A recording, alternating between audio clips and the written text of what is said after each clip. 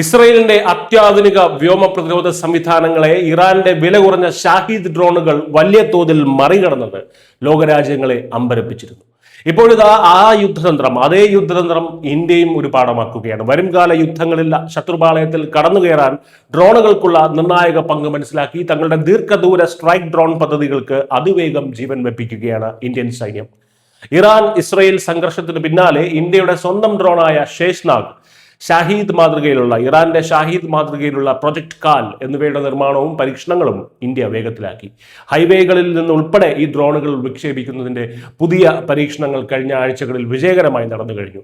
വളരെ കുറഞ്ഞ ചെലവിൽ നിർമ്മിക്കാവുന്ന ഇത്തരം ആളില്ലാ വിമാനങ്ങൾക്ക് വൻകിട വ്യോമ പ്രതിരോധങ്ങളെ തകർത്ത് ശത്രുമേഖലയിൽ കനത്ത നാശം വിതയ്ക്കാൻ കഴിയുമെന്ന് മിഡിൽ ഈസ്റ്റിലെ യുദ്ധങ്ങൾ തെളിയിച്ചതാണ് ഇന്ത്യയുടെ ഈ തിരക്കിട്ട നീക്കത്തിന് കാരണം.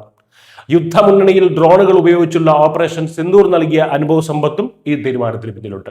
ഡ്രോണുകൾ വെറുമൊരു ആയുധമല്ല, മറിച്ച് ആധുനിക യുദ്ധത്തിലെ ഒഴിച്ചു കൂട്ടാനാവാത്ത ഘടകമാണെന്ന് ഇന്ത്യൻ പ്രതിരോധ മേഖലയ്ക്ക് നേരത്തെ തന്നെ അറിയാമായിരുന്നു. ഇപ്പോഴിതാ അത് കൺമുന്നിൽ തെളിയിക്കപ്പെടുകയാണ് പശ്ചിമേഷ്യയിൽ. സമാനമായ അത്യാധുനിക സംവിധാനങ്ങൾ എത്രയും വേഗം വിന്യസിക്കാനാണ് സൈനിക ആസൂത്രകരുടെ ഇപ്പോഴത്തെ ശ്രമം. ബംഗളൂരു ആസ്ഥാനമായിട്ടുള്ള ഡിഫൻസ് സ്റ്റാർട്ടപ്പ് ആയിട്ടുള്ള ന്യൂ സ്പേസ് റിസർച്ച് ടെക്നോളജീസ് ആണ് പൂർണ്ണമായും തദ്ദേശീയമായ ഈ ഷേഷ്നാഗ് 150 ഡ്രോണുകൾ നിർമ്മിക്കുന്നത്.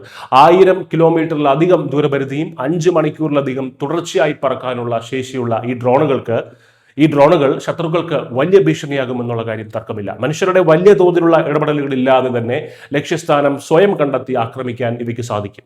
25 മുതൽ 40 കിലോഗ്രാം വരെ സ്ഫോടക വസ്തുക്കൾ വഹിച്ച് ശത്രുക്കളുടെ വാഹനങ്ങളും താവളങ്ങളും കൃത്യതയോടെ തകർക്കാൻ ഷേഷ്നാഗിന് കഴിയും.